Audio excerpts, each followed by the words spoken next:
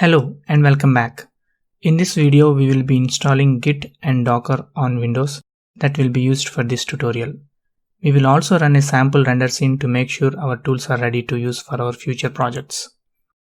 During this process, I will show some issues that I faced and how I resolved them. I hope these will be helpful to some of you. As a note, unlike on Linux and Mac, we will not be installing Singularity here.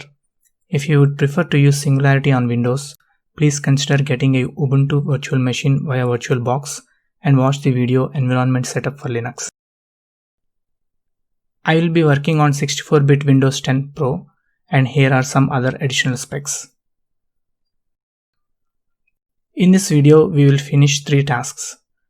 1. We will install Git. Next, we will install Docker. And then we will run a sample test and make sure our system is ready for our future projects. We will start by installing Git. You don't need to have prior knowledge of Git or any Git commands.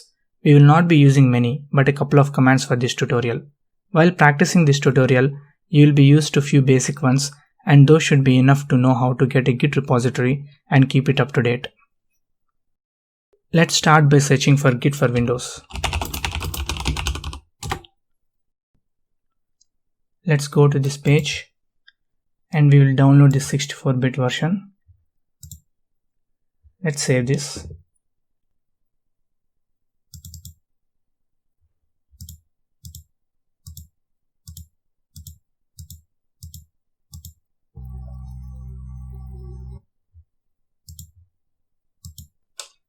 We now have Git installed on our system. Let's continue by installing Docker.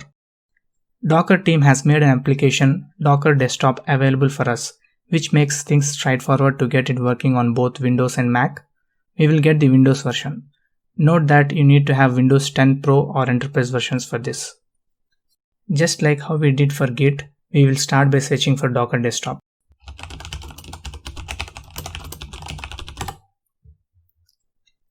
I will go to this link. Here we can see that they say Docker Desktop at least requires Microsoft Windows 10 Professional or Enterprise. If you have a previous version, you need to get Docker Toolbox, which will not be covered in this video. Let me scroll down. I will get a stable version. If you want to try experimental features, you can get Edge, but we will go with stable for now.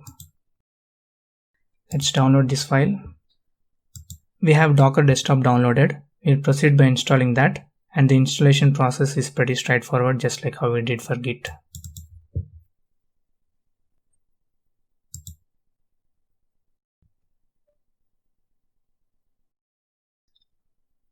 We do have Docker installed now. Let's start that application by searching for Docker Desktop. It looks like we got access denied error, which means we are not added to Docker users. Let's check that quickly.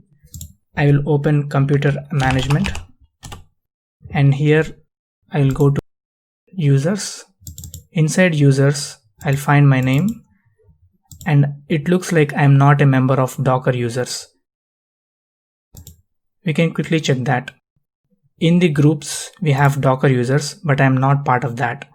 So let's add that. All we have to do is we have to switch back to another account with administrator privileges and then add this user to Docker users group. I am now logged into administrator account.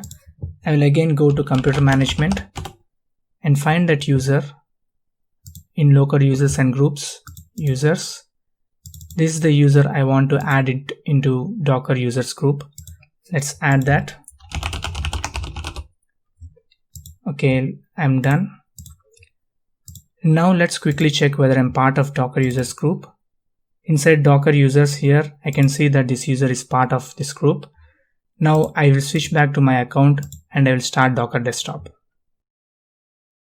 I am now back into my user account. Let's start Docker Desktop. Please make sure that after adding user into Docker users group, you must log out of any previous sessions for this user or simply restart your system for these changes to take into effect. I just started Docker. We can see a little Docker icon and the application status. After a few seconds, we will get a notification when this app starts running. We now have a notification here, which means Docker is started and ready to use. First things first, let's make some quick changes to settings. I do want to enable file sharing options in C drive, as I will be storing some project files in here. If you prefer to copy in other place, please check appropriate option. This option makes sure that the files that we will be using during rendering process are made available to Docker container. After we are done, let's apply and restart. At this point, we have both Git and Docker installed on our system. We can quickly check that these are working fine by running some simple commands. We will be using PowerShell for this. Let's get started. We have Git and Docker installed. Let's check for the version of Git because it's a very simple command. Git version, it says that we have Git installed and it shows the version. Let's also check for Docker version. Similarly, Docker version, it says that we have client and server both running. Note that if you had not added our user to Docker users group, you will not be seeing server running. You will see some message saying that access denied. But if you had followed all the steps that I mentioned, you'll be seeing both client and server running properly. We are in our final step here. It's time to run a simple test. I have created a directory on my desktop and will be showing demo in there. Let me switch to that directory. It's on the desktop, beauty and simulations. There are no contents there. We'll start by cloning scene templates folder in there. Let me clear the screen. Here we will clone scene templates that I made available for this tutorial on my GitHub account.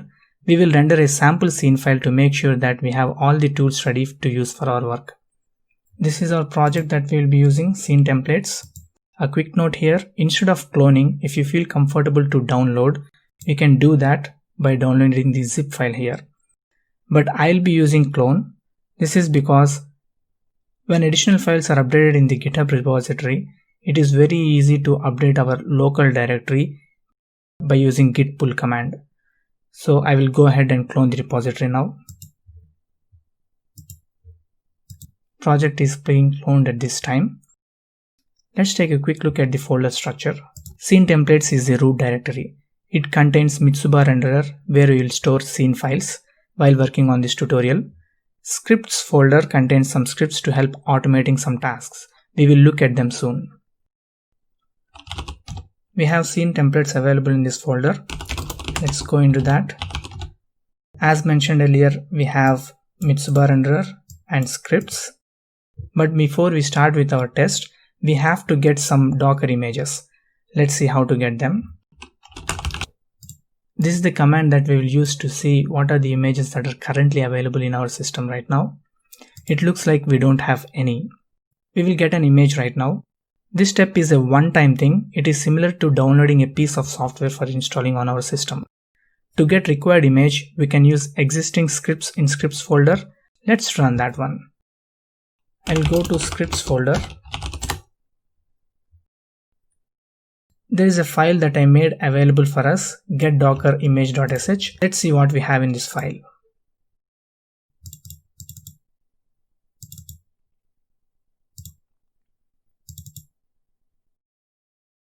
This file contains two commands, Docker image pull and Docker image tag. I'll copy this line using Ctrl+C and paste it here. Let's see if we can pull this image. Getting Docker image would take a while. Now that we have it, let's go to the second command. The second command says we are tagging the currently downloaded image to a different name. This is a short form for aliasing so that we can use this image with a shorter name for later uses. Let's copy this one and paste it, run it. Let's see what we have available here with Docker image ls. It says two images are available. One is downloaded from ACR Lakshman's account and another is made available locally, which is an alias of the above one. Now we have everything available to render our results. We did pull our project from GitHub and also we obtained Mitsuba render image from Docker Hub. It's time to do test run. To run our sample image, we need to run this command manually. We will look at the details in later videos. Since we are working on Windows, we have to do a little bit of tweaking. Let's go to this folder. In order to get this running quickly, all we have to do is we have to delete this file and make a copy of this and rename with render.sh file. Let's do that quickly. Make a copy and rename this to render.sh file and switch back to our PowerShell. Let's run our docker container command.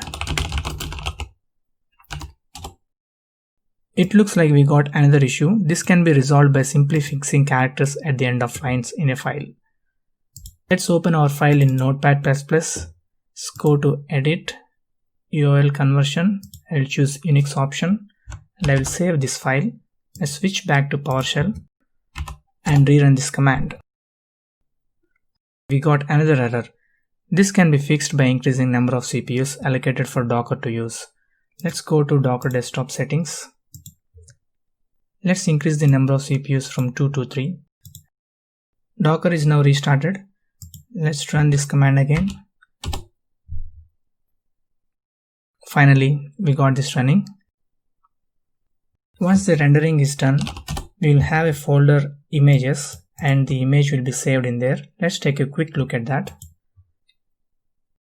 Images, sample.png. Here you go. We have things working. A quick overview of what we have done. First we installed Git. Next we installed Docker Desktop and made some customizations in the settings tab. And next we cloned Git repository and pulled Docker image. We used Docker container run command to render a scene. If you get a feeling that we did a lot, I don't disagree. It is mostly because of the restrictions that are imposed while getting Docker to work on Windows. Not to mention, we did figure out everything and got things working. Let's look on the bright side. The effort we made here is a one-time thing. From now on, all we will be doing is to use Docker container run command. That is it. Please don't let the effort we went through here fool us, thinking we need to do a lot more to get things working in the future tasks of this tutorial. That's not true. And most importantly, I would say the most important thing here is, whatever we did here to render CFD results, this workflow and the tools that you used can be used across multiple operating systems. You don't need to gain completely new skills or spend time to understand a completely new workflow when you move to Linux or Mac. We do CFD simulations, right? We work on Linux most of the time, and the terminal-based workflow we adapted here won't go in vain. Note that we even didn't use graphical user interface for Git. While rendering hundreds of images from CFD results in the future, you will want to use a cluster. Everything that you are going to learn in this tutorial will help you scale. I hope you learned a few things in this video and are ready to start with rendering CFD results. Before that, please watch the next overview video where I will quickly walk you through all the necessary commands and the workflow we will be using in this tutorial. In case you have any queries or feedback about this video or with this tutorial, feel free to drop a line. Here are my contact details. Thank you so much for watching. Please subscribe. See you in the next video.